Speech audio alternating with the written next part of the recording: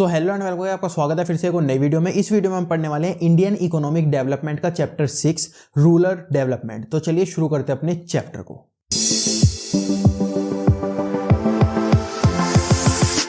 और video start करने से पहले एक इंपॉर्टेंट अनाउंसमेंट, जो भी मैं आपको इस वीडियो में पढ़ाऊंगा उसके नोट्स बनाने की जरूरत आपको नहीं है, वो आपको हमारे टेलीग्राम चैनल पर मिल जाएंगे, जिसका लिंक आपको डिस्क्रिप्शन में मिल जाएगा। तो सबसे पहला टॉपिक इस चैप्टर के अंदर हमारे पास आता है रूरल डेवलपमेंट। रूरल डेवलपमेंट देखो होती क्या है। रूरल का मतलब क्या होता है? रूरल का मतलब होता है विलेज या स्मॉल टाउन्स एक्सेट्रा। इनको हम क्या बोलते हैं? इनको हम बोलते हैं रूरल्स एरिया। तो इसका क्या करना है हमको? इन रूरल एरिया के जब हम डेवलपमेंट के बारे में सोचते हैं या फिर इनको डेवलप करते हैं तो उसको हम क्या बोलते हैं? Rural development. इसकी डेफिनेशन पढ़ते हैं। A process whereby standard of living of rural people. इस रूरल एरिया में कौन रहेंगे? Rural peoples. और जब इनका स्टैंडर्ड ऑफ लिविंग क्या होगा? इंक्रीज होगा। इसका मतलब ये जो रूरल है ये क्या होगा? रूरल एरिया उनका अपने आप development. A process whereby standard of living of rural people rise continuously. मतलब कि इनका जो स्टैंडर्ड ऑफ लिविंग है जब वो इंक्रीज होगा तो हम ये बोल सकते हैं कि रूरल एरिया में क्या हो रहा है? डेवलपमेंट हो रहा है। अब देखते हैं टॉपिक 2, की इशू इन रूरल एरिया। की इश्यूज क्या है रूरल एरिया के? सबसे पहला, डेवलपमेंट ऑफ ह्यूमन रिसोर्सेज। जो ह्यूमन रिसोर्सेज है ना उसका प्रॉपर डेवलपमेंट नहीं हो पाया, मतलब कि गुड एजुकेशन उनको नहीं मिल पाई या फिर बेटर हेल्थ फैसिलिटी वगैरह वगैरह जो बेसिक नीड चाहिए होती है वो उनको नहीं मिल पा रही। इसके बाद डेवलपमेंट ऑफ इंफ्रास्ट्रक्चर। जो इंफ्रास्ट्रक्चर है उसका भी डेवलपमेंट नहीं हो पा रहा। रूरल डेवलपमेंट के अंदर हमें क्या करना है? हमें उन्हें अच्छी एजुकेशन देनी है, बेटर हेल्थ देनी है और बेटर इंफ्रास्ट्रक्चर देना है। उसके बाद लैंड रिफॉर्म। कई सारे लैंड रिफॉर्म ऐसा होते हैं, देखो सबसे ज्यादा लैंड की जरूरत कहां पड़ती है? एग्रीकल्चर सेक्टर में। एग्रीकल्चर सेक्टर कहां होता है? रूरल एरिया के अंदर। अब रूरल एरिया को डेवलप करने के लिए एग्रीकल्चर को हमें क्या करना पड़ेगा? डेवलप करना पड़ेगा। अब एग्रीकल्चर को डेवलप करने में सबसे बड़ी दिक्कत क्या आती है कि लैंड रिफॉर्म्स के कुछ सिस्टम हमारे पास बने हुए हैं। जैसे हमने इससे पहले चैप्टर में कुछ पढ़ा है, जैसे जमींदार सिस्टम था जो ब्रिटिश ने इंट्रोड्यूस किया था इंडिया में। आज भी कई जगह वो वाले सिस्टम हमें देखे जाते हैं, तो वो वाले सिस्टम हमें अलग करने हैं, उनको हटाना है और उनकी जगह नए सिस्टम लाने हैं, जिससे कि हमारा एग्रीकल्चर डेवलप हो और एग्रीकल्चर की वजह से हमारा रूरल एरिया डेवलप हो। इसका मतलब एबोलाइजेशन ऑफ इंटरमीडिएट, मतलब कि जो प्रोड्यूसर है यानी कि जो फार्मर है और जो कंज्यूमर है उसके बीच में जितने भी इंटरमीडिएट लोग हैं उनको कम से कम करना है, जिससे कि ये जो कमीशन लेते हैं उसके बाद इनका कमीशन भी कम हो जाएगा और जो कॉस्ट है वो भी कम हो जाएगी। इसके बाद providing land to tillers. Tillers मतलब कि फार्मर्स। फार्मर्स को क्या प्रोवाइड करनी है? लैंड। Rise agriculture productivity. जो एग्रीकल्चर प्रोडक्टिविटी है उसे क्या करना है? उसे इंक्रीज करना है। इसके बाद फोर्थ पॉइंट, यानी कि रूरल डेवलपमेंट के अंदर हमें और क्या क्या करना है? एलिवेशन ऑफ पॉवर्टी, यानी कि पॉवर्टी को कम करना है। एलिवेशन का मतलब कम करना है। इसके बाद डेवलपमेंट ऑफ प्रोडक्टिव रिसोर्सेज, जिससे हम ज्यादा प्रोडक्शन कर सकें। प्रोडक्शन को हम क्या कर सके? प्रोडक्शन को हम इंक्रीज कर सके। हमें ऐसे रिसोर्सेज का क्या करना है? डेवलपमेंट करना है। अब देखते हैं टॉपिक 3, जो कि है rural credit in India. Rural credit यानी कि रूरल एरिया में कौन काम करते हैं? फार्मर्स या फिर जो भी रूरल पीपल्स होते हैं उनको क्रेडिट का मतलब क्या होता है?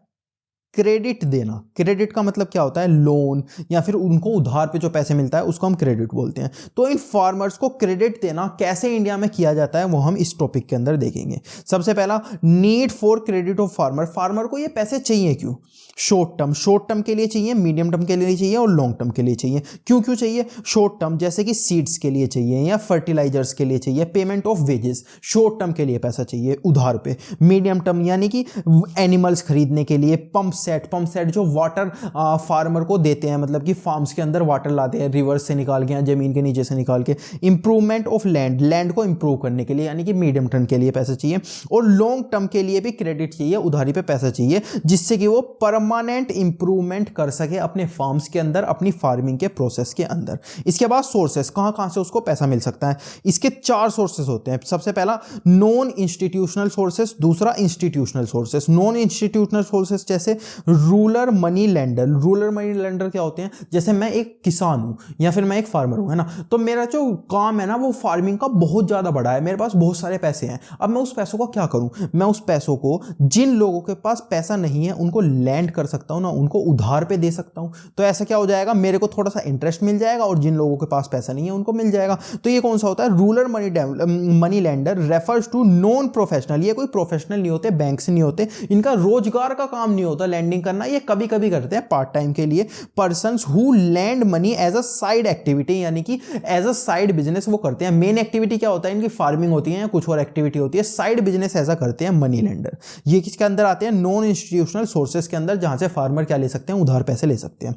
और कहां से ले सकते हैं नॉन इंस्टीट्यूशनल सोर्सेस के अंदर, ट्रेडर्स, लैंडलॉर्ड्स या फिर रिलेटिव्स वगैरह, जो उनके रिलेटिव्स होते हैं, लैंडलॉर्ड्स वगैरह होते हैं, उनसे भी वो क्या ले सकते हैं, पैसे ले सकते हैं। इसके बाद देखते हैं इंस्टीट्यूशनल सोर्सेस कौन से होते हैं। सबसे पहले कॉर्पोरेटिव बैंक, दूसरा कमर्शियल बैंक। कमर्शियल बैंक हम सबको पता है, जैसे हमारे घर के आसपास बहुत सारे ब्रांचेस खुली हुई है, वो सारे कौन से बैंक है, वो कमर्शियल बैंक है। और कॉर्पोरेटिव बैंक कौन सा होता है, वो वाले बैंक जो not work for profit, profit के लिए काम नहीं करते, उनसे भी क्या कर सकते हैं, इंस्टीट्यूशनल सोर्सेस के थ्रू फार्मर्स उधार पे पैसा ले सकते हैं। और कहां कहां से ले सकते हैं, रीजनल रूरल बैंक से, रीजनल रूरल बैंक से ले सकते हैं। रीजनल रूरल बैंक क्या होता है, ये विलेजेस या फिर एक काम करते हैं, रूरल एरिया लिखते हैं यहाँ पर। ये क्या खुलते हैं, रूरल एरिया के अंदर खुलते हैं। कहां पर खुलते हैं, जहां पर ना तो नॉन इंस्टीट्यूशनल कुछ होता, ना फिर इंस्टीट्यूशनल की कोई सुविधा होती, और ना ही कॉर्पोरेटिव कमर्शियल, ना फिर कोई और तरीके की सुविधा नहीं होती। वहां पे क्या खुलते हैं, वहां पे खुलते हैं रीजनल रूरल डेवलपमेंट बैंक्स। इनको क्या होता है, ये वहां पे खुलते हैं जहां पर कुछ भी नहीं होता, कोई भी नहीं होता पैसे देने के लिए, और ये क्या करते हैं, फार्मर को पैसे देते हैं। इसके बाद लास्ट में आता है हमारा नाबार्ड। नाबार्ड यानी कि national bank of agriculture and rural development. यहां से भी क्या ले सकते हैं, फार्मर पैसा ले सकते हैं। इसके बाद प्रॉब्लम्स, जो रूरल क्रेडिट को पैसे देने में प्रॉब्लम्स आती है। देखो, अब दे तो कोई भी बैंक सकता है, ले भी कहीं से भी सकते हैं, लेकिन ये बैंक ना जो फार्मर्स हैं उनको पैसा नहीं देता। अब फार्मर्स को ये पैसा क्यों नहीं देता, क्या प्रॉब्लम है, वो हमें इसके अंदर पढ़ना है। Lack of adequate institutional finance, जो इंस्टीट्यूशनल फाइनेंस है वो सबसे कम है। देखो, सबसे ज्यादा पैसा किसके पास होगा, बैंक्स के पास होगा, यानी कि इंस्टीट्यूशनल फाइनेंस के पास कौन सा होगा, सबसे ज्यादा पैसा होगा, इसके अंदर सबसे ज्यादा पैसा होगा, लेकिन ये बहुत ज्यादा कम है, जिसकी वजह से क्या होता है, लोगों को उधार नहीं मिल पाता, फार्मर्स को उधार नहीं मिल पाता। कहां, रूरल एरिया के अंदर। लैक ऑफ कोऑर्डिनेशन, कोऑर्डिनेशन इनके अंदर नहीं है। ये सब क्या सोचते हैं, इसने पैसे, ये कोई और पैसा दे देगा, जो ये सोचेगा कि ये पैसा दे देगा, ये सोचेगा कि ये पैसा दे देगा, ये सोचेगा कि ये पैसा दे देगा, ये सोचेगा ये पैसे दे देगा। ये एक दूसरे के साथ कोऑर्डिनेट ही नहीं करते, किसको ज्यादा पैसा देना चाहिए, किसको कम पैसा देना चाहिए। लॉन्ग पेपर वर्क, अब लोन लेने जाता है ना फार्मर, तो पेपर वर्क ही उसको मार देता है, इतना ज्यादा काम होता है पेपर वर्क। इजी प्रोसेस होना चाहिए। अनइक्वल डिस्ट्रीब्यूशन, अनइक्वल डिस्ट्रीब्यूशन मतलब कि जो रिच है उसको तो ज़्यादा मिलता है और जो पुअर है उसको कम मिलता है, यानी कि रिच को तो कोई भी दे देता है आराम से, लेकिन जो पुअर है उसको कोई भी नहीं देता, उसको बहुत मेहनत करके लेना पड़ता है। तो रिच के पास तो पहले से पैसा है, उसको क्या जरूरत है, और पुअर के पास पैसा नहीं है, उसको तुम दे नहीं रहे, तो ये भी क्या है, एक दिक्कत आती है। प्रॉब्लम ऑफ ओवरड्यू, ओवरड्यू मतलब अब जो फार्मर्स है ना वो बेचारे गरीब होते हैं, उनको ज़्यादा इनकम नहीं होती, तो वो जब पैसा लेते हैं ना तो लौटाने में टाइम लगा देते हैं, तो ओवरड्यू की भी प्रॉब्लम आती है। इसकी वजह से भी जो बैंक्स हैं या फिर जो इंस्टीट्यूशनल्स हैं वो पैसा नहीं दे पाते फार्मर्स को। अब इसके सजेशंस क्या है, इससे हम कैसे इंप्रूव कर सकते हैं। एक्सपेंशन ऑफ इंस्टीट्यूशन क्रेडिट, यानी कि सबसे पहले तो जो पैसे देने वाले इंस्टीट्यूशंस है उसको इंक्रीज करो। उसके बाद क्रेडिट ऑन इजी टर्म, यानी कि जो पेपर वर्क है उसको क्या करो, पेपर वर्क को रिड्यूस करो, जिससे कि सारे फार्मर्स को पैसा मिल सके। इसके बाद coordination among financial institution, financial institution के बीच में कोऑर्डिनेशन बनाओ। ऐसा नहीं होना चाहिए सब एक दूसरे के बारे में सोचते रहे और कोई भी पैसा ना दे, सबको एक दूसरे से बात करनी चाहिए पैसा देने से पहले। इसके बाद टाइमली एंड एडिक्वेट अवेलेबिलिटी, ऐसा नहीं होना चाहिए मुझे 2022 में पैसा चाहिए, मेरे को पैसा मिला 2042 में, 20 साल बाद मुझे पैसा मिला, ऐसे उस पैसे का मैं क्या करूंगा, टाइमली एंड एडिक्वेट, यानी कि अगर मेरे को 1 लाख चाहिए हो और मेरे को 10,000 मिल जाए तो मैं क्या कर पाऊंगा, कुछ भी नहीं कर पाऊंगा। इसीलिए जितना मुझे चाहिए और जिस टाइम पे मुझे चाहिए वहां पर सोर्सेज मुझे मिलने चाहिए अपने पैसों के। उसके बाद सुपरविजन ऑन एक्चुअल यूज, अब क्या करते हैं जो फार्मर्स पैसे ले लेते हैं ना, कभी कभी वो उनका एक्चुअल यूज नहीं करते। जैसे कोई फार्मर पैसा लेता है, वो क्या कहता है, मैं इस पैसे को ना फार्म फार्म में लगाऊंगा, यानी कि अपने खेत में लगाऊंगा, पर वो इस पैसे को पता है कहाँ लगा देता है, इस पैसे से हाउस खरीद लेता है। अब क्या हुआ, उसने जहाँ पे पैसे लगाने के लिए बोला था वहाँ पे तो लगाया नहीं, एग्रीकल्चर सेक्टर क्या हुआ, हमारा ग्रो तो हो नहीं पाया, तो अब यहाँ पे क्या हुआ, उसने हाउस और खरीद लिया। अब वो पैसे दे पाएगा, एग्रीकल्चर में इन्वेस्ट करता, उसके पास इनकम आती, वो हमारे पैसे भी वापस दे पाता। तो जो एक्चुअल यूज है उसके ऊपर भी हमें क्या करनी चाहिए, नजर रखनी चाहिए, जिससे कि हम उन इंसानों को दे सके जो कि एक्चुअल यूज उसका करने वाले हैं। अब देखते हैं topic 4, agriculture marketing. Agriculture marketing क्या होती है, देखो ये फार्मर्स है, ये कंज्यूमर्स है।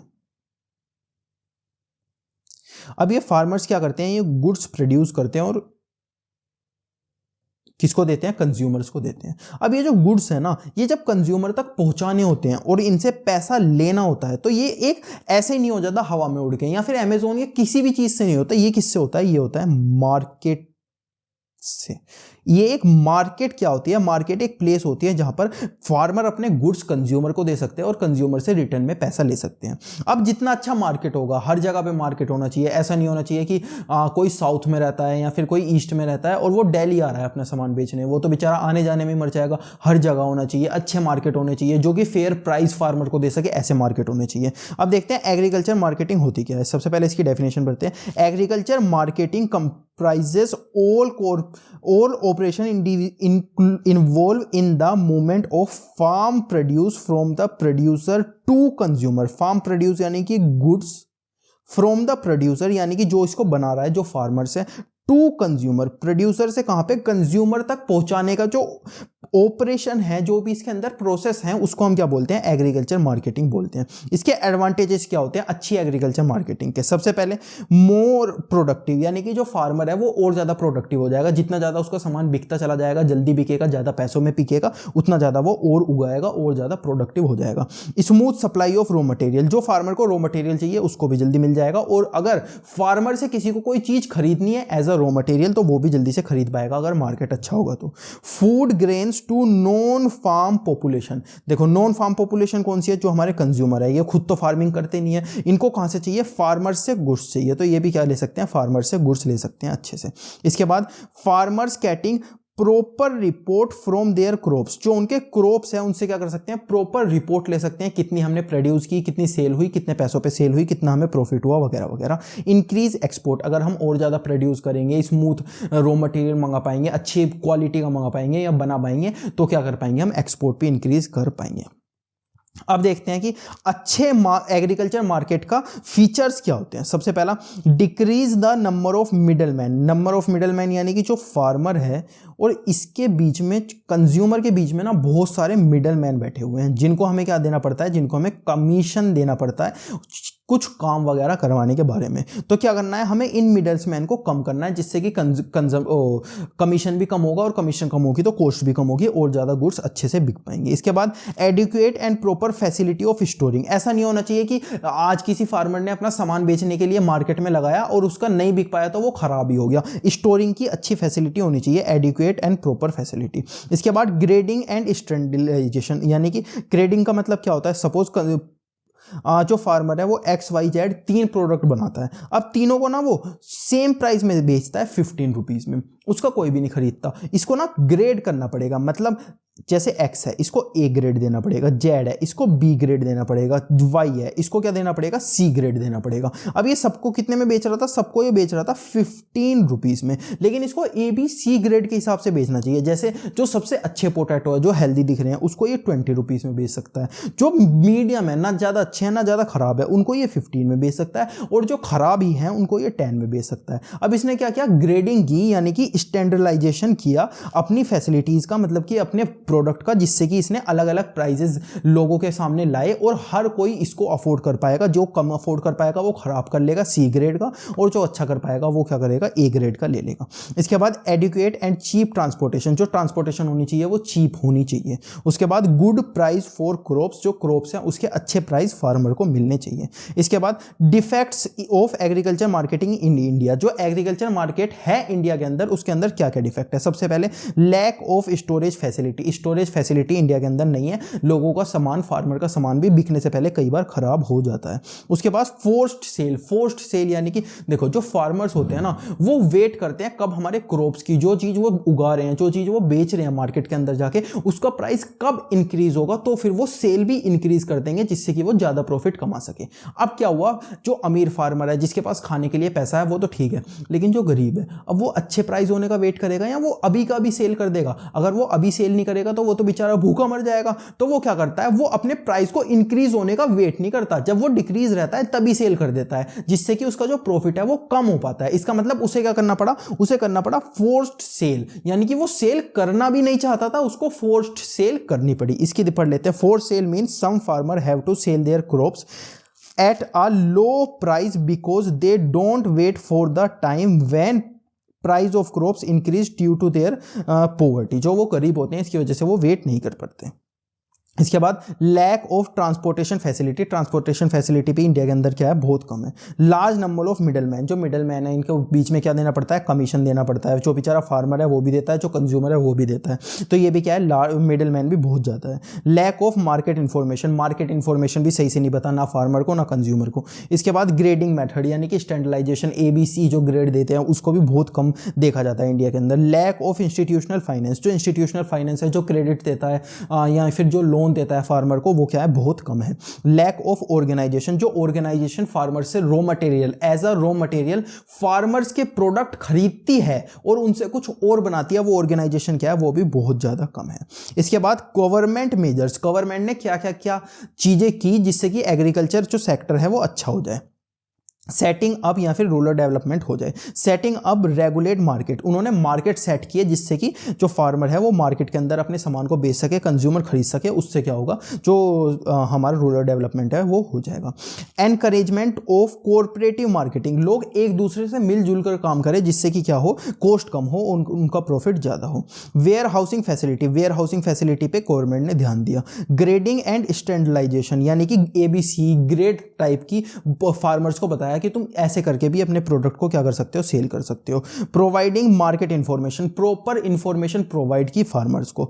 Fixation of minimum support price, ऐसा नहीं होना चाहिए कि उसने फार्मर ने पोटैटो बनाने में 10 रुपए लगा दिए और वो बिक रहे हैं ₹5 के, ऐसा नहीं होना चाहिए। मिनिमम फिक्स प्राइस होना चाहिए। अगर 10 में बिक रहे हैं तो मिनिमम 15 में तो बिकेंगे, इसके ऊपर बिक सकते हैं लेकिन मिनिमम 15 में बिकेंगे। गवर्नमेंट एक प्राइस फिक्स कर देती है। सम न्यू मार्केटिंग चैनल्स यानी कि मार्केट जो होते हैं फार्मर्स के, ऐसे टाइप के मार्केट, जैसे अपनी मंडी, ये एक टाइप का मार्केट होता है। इसके बाद हरदासपुर मंडी या फिर ऋतु बाजार, ये क्या होते हैं, अलग अलग टाइप के मार्केट होते हैं।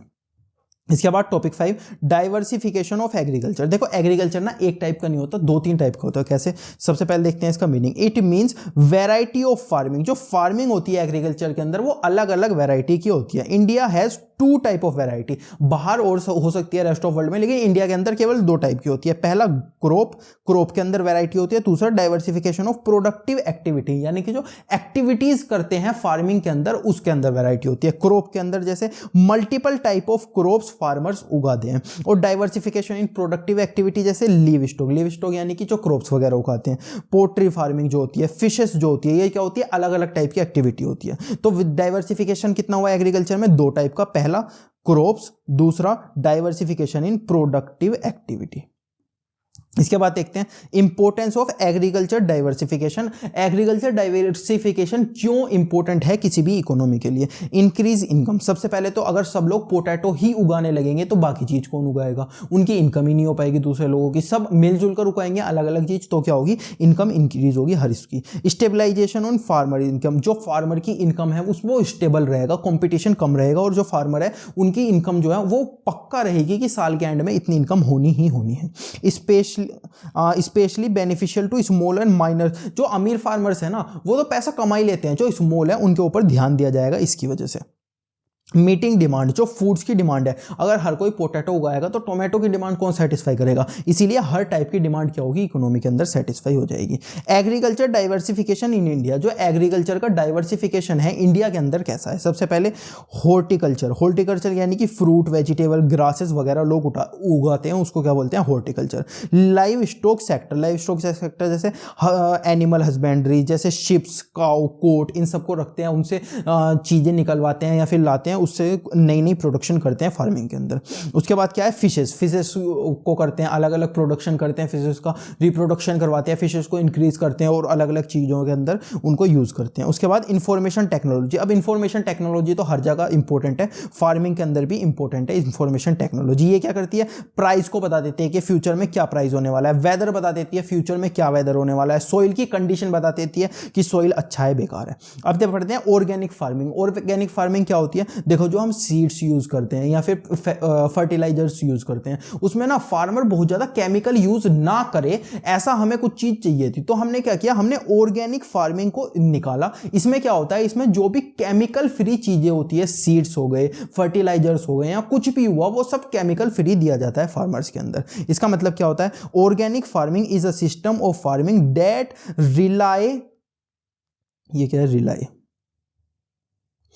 Up on the use of organic input for cultivation. Organic input यानी कि जो नेचुरल इनपुट होता है, जैसे एनिमल्स मैनर्स या फिर कंपोस्ट वगैरह, ये क्या होता है, नेचुरल चीजें होती है। इसके बाद needs for organic farming, organic farming क्यों जरूरी थी इकोनॉमी के अंदर, टू प्रोटेक्ट द सॉइल। अब केमिकल क्या करते हैं, सॉइल को खराब करते हैं, सॉइल को प्रोटेक्ट करने के लिए ऑर्गेनिक फार्मिंग की जरूरत थी। इसके बाद increase the efficiency of fertilisers, जो फर्टिलाइजर्स थे ना, फर्टिलाइजर्स पहले ज्यादा लगते थे और जो प्रोडक्शन होती थी वो कम होती थी। अब ऑर्गेनिक फर्टिलाइजर्स से क्या हुआ, फर्टिलाइजर्स कम लगने लगे और प्रोडक्शन क्या होने लगी, ज्यादा होने लगी। रिड्यूस इंपोर्ट्स, हम क्या करते थे, फर्टिलाइजर्स को पहले बाहर से मंगाते थे, अब नेचुरल हमारे इंडिया के अंदर तो नेचुरल कितनी सारी चीजें हम इंडिया के अंदर से ही ले सकते हैं। Benefit of organic farming, organic farming के क्या क्या बेनिफिट है, सबसे पहले इकोनॉमिकल फार्मिंग, ये इकोनॉमिकल होती है, सस्ती होती है। जनरेशन इनकम, ये इनकम जनरेट करती है। Provide healthy food, healthy food provide करवाती है। सोर्सेज ऑफ एम्प्लॉयमेंट, एम्प्लॉयमेंट का सोर्स है ये कई लोगों के लिए। और सेफ्टी ऑफ एनवायरमेंट, एनवायरमेंट को भी क्या रखती है, सेफ लगती है।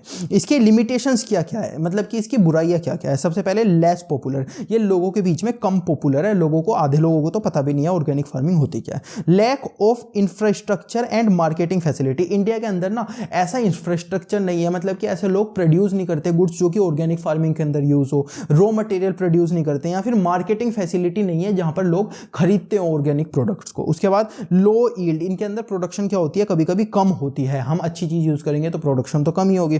शॉर्टेज फूड लाइफ, जो फूड लाइफ है वो भी कम होती है, मतलब कि फूड खराब हो जाता है, ज्यादा दिन तक स्टोर भी नहीं रख सकते। और लिमिटेड चॉइस ऑफ क्रॉप्स, जो क्रॉप्स हैं वो लिमिटेड चॉइस है, अब हम हर चीज आर्टिफिशियल चीज तो नहीं बना सकते ना नेचुरल तरीके से, तो क्या होता है, जो क्रॉप्स हैं वो लिमिटेड ही हम ग्रो कर सकते हैं ऑर्गेनिक फार्मिंग के अंदर।